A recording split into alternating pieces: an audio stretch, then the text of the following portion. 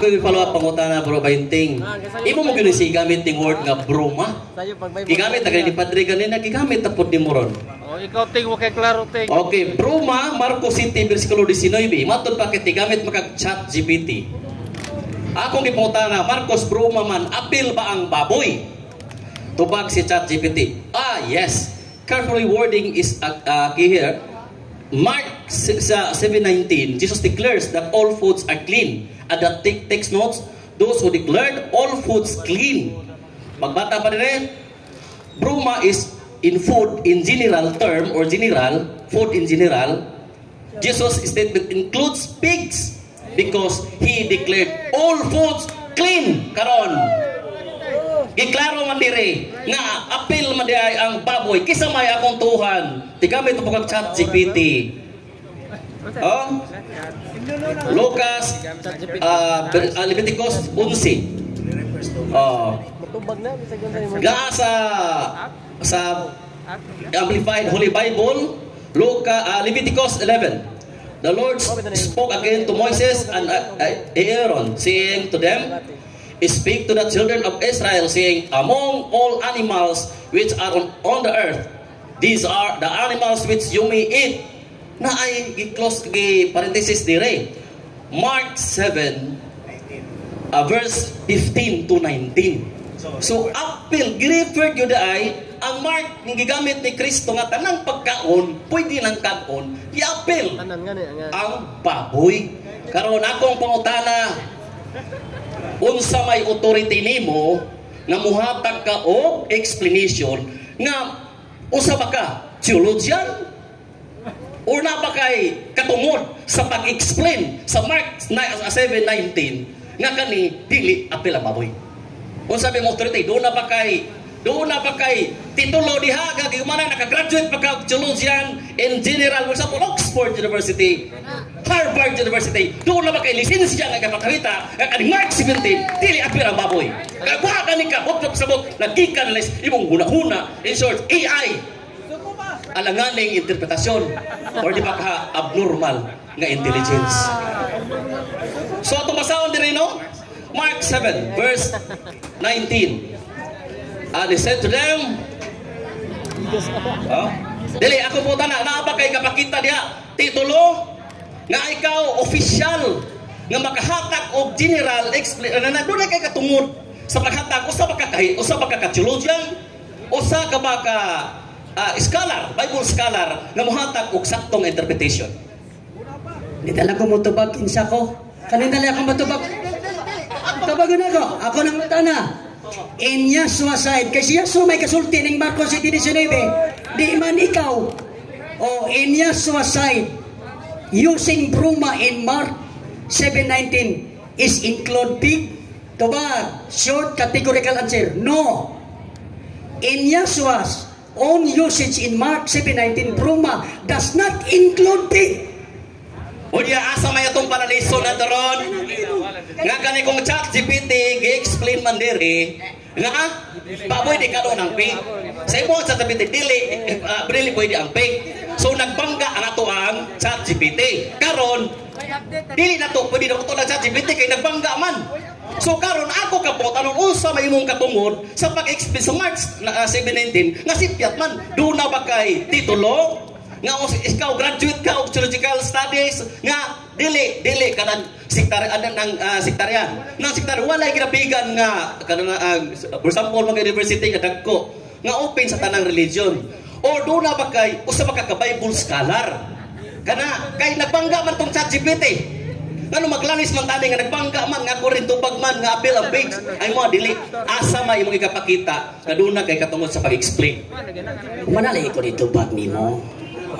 Kung gipangayo ng imong mga termino, scholar ba ko, theologian, dili ko moingon. Pero ang ako lang ikasorte, paminaw sa ako. Para sa ako lang aside. More than 40 years ko nga nagbasa Bible. Mga tinood, 1970 pa ako nagbasa Bible. Nag-study ko na time karon kada semana. Mag-study ko klase-klase 14 hours a day. Balag mo to sa dili. Study Hebrew and Greek. Tanaw ko sa mga grammar. Ako, wala mo undergo o study sa Hebrew, pero I can teach grammar in Hebrew. Nag-compile ko Hebrew grammar. Saba, karon, akong gamiton ang imong cellphone. Akong gamiton imong cellphone bisan. Dili isa. Ikaw mag-type. Is Jesus in the sight of Jesus as Jew? Jew, bitaw na si Jesus. Hindi man ibubutang nga Jew, mo lang tagulag baboy. Isa ba? Tiwason sa lagi nako. I-type diha. Is Jesus in His sight as Jew? Ay, buta, paano to ang Jew? Ito Jew, ay na Christian. Is Jesus in His sight? Ay, nabuta yung Christian. Ayaw na naging Christian. Ayaw sa, ay, anong panahon na wa pa'y Christian? Marcos City 19? Wala pa buhi ba ang manluluwas? Lagi wala pa, niya na. Ang manluluwas, Udiyo, di sa magsulti kini Grego. He spoke Hebrew and Aramaic, never in Greek. So, ang point ako, i-type sa imong karong ChatGPT, is atong mabinawan, is Jesus in Mark 7:19? Or is Jesus himself in Mark 7:19 includes pig in the word broma? Includes pig in the word broma. Di sa broma lang. As may nasayop, sumay nasayop. Nagpurnulay pamanta. Sige, ibutang na. Inuutan ako. Why problema na? Before ko nung sugoon, ako sa kang patubagon sa pangutana, naabakay titulo sa imong pagka, tara na kay katungod sa pag-interpret. Ang ato mo kung ChatGPT, nagbangga manggod. Tungod kay gigamit ni mo da termino kay Joe siguro. O naman ka ang mark ko no, ang mark natin kuno sa mga nasuwat. Ha? Year 30, mga 30s AD, busa ginganlan o Christian ang grupo. Niyon kawapay Christian ngano maday? Kato din mga apostolis, followers of Christ dili. Followers of Christ, what is Christian? Followers of Christ. Naming kagwa pa'y Christian, tungkol kagwa pa masuwat. Baka na kung binulok lang yung esteriha. Mura pa kuwa tayo klaro, anak. Sharon, ang Marcos gisuwat kalusa. So karon, akong pangutana, naabakay, yes or no lang. Pag may kagwa, okay, uyunan ako. Kana sayunan. So ang pangutana, klaro ha? Naabakay titulo, kay kung ako imong sa akong opinion mura ang imong titulo maghukom ra ka sa imong isig ka tawo ka maimperno. So intay unsa may titulo nimo nga ikaw dunay katungod nga mo interpret besides sa mga presentation. So unsa may imong authority? Sa ako lang kaugalingon, may mong ingnon ko ninyong way authority. Pero kining akong gi-explain daghang mga Bible scholars sa mga Jewish people, sa mga Seventh-day Adventist, magto kayo mga Bible scholars. Ayaw mo katawa. Nagtuon po na sila when it comes to baboy na sila interpretation o kadto sila may pangutanon. Daghan silang titulo. Pero ari sa ako, graduate ko 4-year course sa Bible School. Ayaw mo katawa. Pero sa'yo, pag nagkuhan. Sa Born Again Bible School. Ayaw na ay nagsopa. Mukaminos ka. Pero magbinasahay ta Hebrew, kansi ka. Magtudlo ay ta Hebrew grammar, wa kay kalimutan. Dili na ta magpa. Ay sa pa. Ang imo god murag pambugay mangod. Unsa man ka, unsa man imong title. Ay sa. Let me finish. Let me finish gamay lang. Let me finish. Gamay lang. Kining murag ang ato din he bro bahinteng.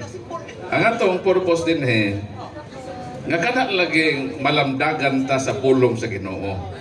O balikon ko katulad 14:2. Mao lagi to ang atong bottom line nga sundon nga di lagi maayo sa tao nga maghukom ta sa atong isig ka tao.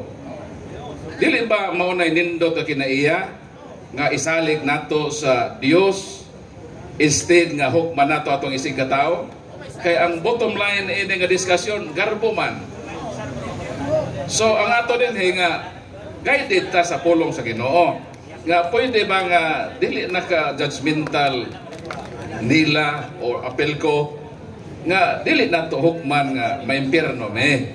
Kay wa pa maghukom nimo bisan sa kadaotan na mo si katao di magid mo judge kay nagrespeto mi sa Ginoo. So Brad, one question na lang kay mo proceed ta kang ato ko tagaan ni si Brad Butlay. Okay na yung si Brad Claudio. Okay, so mora to no. Makaingon ta marag makakwanta ba mag-Hebrew ha ekonomi. Adi so kumusukol ka mo kung mag-practice og Hebrew. Pero magsulpanay katagal kilos, no? So muna nga dili lang ta magkuan, di lang ta mag-usay na nato. So ang karon to niya, di mo to gipungutana kanako. Kaya nato dili gi-explain bitaw kanako nga ang ChatGPT nato nagbangga. Imuha wala mabasa ako ChatGPT nga naa ang big. Karon mo lang nga kung di pungutana ka, ipungutana ka. Gidirect ang imo magud kay imo magud term, contextual ba? Na context akong gusto. The context is context ang ipungutana is tanan nga pagkaon to, tanan nga pagkaon. Gipungutana to sa ChatGPT mintubag nga apil ang big. Sa imuha, imo ra man specific nga si Jesus ang iyang pagkahudyo. So karon hilomsa kay nagistorya ko. Ha, hilomsa. Okay. Mabutang ang tao mo sapaw, ang tao mo nanapaw walay lugar sa langit, no? Hilomsa lagi. Hilomsa kay nagtuan mo ko. So ani na lang. Karon kay imo ra karon akong pangutana is mao ni. Wala gyud kay kani simple ang pangutana ay lugod yes or no ra man di man mo na ikasuko. Wala pag gyud kay tinuod nga titulo ba nga makapamatuod nimo nga naa kay katungod sa pag-interpret sa Bible.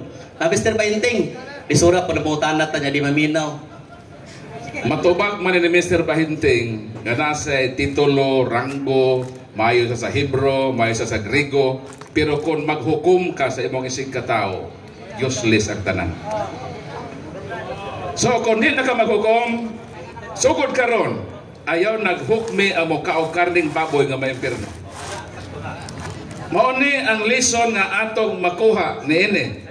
Kay kung magpasikarbo ta, maita sa Hebro, maita sa Bruma, sa Akatarton, sa Koinon, pero naghukom ta sa atong isig katao, useless ang atong kinabuhi. Esa, publish na. Kay, sige na, o balik ka tos pohon na. Basta mo rin ito, importante na delete mo dyan, ha? Okay, sige. So, 1 minute nga summary o conclusion. Kaya mo proceed ta sa blessing. Ang pag-ingon ako ganiha, ug nakabantay mo nga maimpirno ug dili maghinusol. Mao na sa side nako. Ug dili mga ipasaylo. Kung kapamatud-an ako, ayaw sa banha lagi mo kayo. Kung kapamatud-an ako nga si Pedro wa manggid mo kaon, ang inyong leader nga giingon yung Pope, wa manggid mo kaon kay hugaw. Wagi siya. Unya sa ato pa naa sa huna-huna ni Kepa nga makasala siya nga mukaon. Ug nahibalo po siya nga kung makasala siya kabalo man siya sa sampuan sa sala. So ikaw kung nagkaon ka nakasala ug dili ka mag-usab, asa man day padong impierno, pero mag-usab ka. Dili ka mahinayon sa impierno. Palangit na. Ang isyu diha sabta lang nga ang Biblia utok na sa mga Hudyo. Ang nagsulat halos tanan Israelita. Gipiyal ang iyang mensahe Roma 3:2, gipiyal ang mensahe sa langit ng Aman ngadto sa mga Hudyo, dili sa taga Roma, mga Griego, taga diin. Ang Buhuan 4:22, ang kaluwasan nagagikan sa mga Hudyo. Hebreanon 8:8, ingon ang langit ng Aman maghimo og bag-ong kasabutan tali kanako og sa katawhan sa Israel og sa panay ni Huda, lunlun mga Israelita, wa gyud taga Roma. Pagpanday sa bag-ong kasabutan, lunlun mga Israelita. Mga kung muingon siya Yeshua nga ang tanang pagkaon nga magkasulod walay makahugaw, ang tanan ana all clean. Matong kaganiha nga ang tanan pot nga nahinluan, tanan nga koinos, way labot ang akatartos. Ang problema niyo inikadingog tanan, di man niya nakamention sa ibabaw ang duha. Pag-ingon sa manulda, usa na layang gimension koinostra nya inyo magyong dugang nga akatartos kamo mo'y nagdugang muna nga ang point na ako ayaw na lang ko ingna nga sa mga scholar ba ka ana sa iba makapanghambog nga lang hinoon di lain man ko na pangutana ang ato lang bangga ra sa katarungan muna nga balikon ko So, mahal na ko ang mga safety. Bad kaloy. So, dili na ko, di na ko muingon direkta ninyo nga impirno. Kung dili ka makinursol, sigurado. So salamat Mr. Pahinting.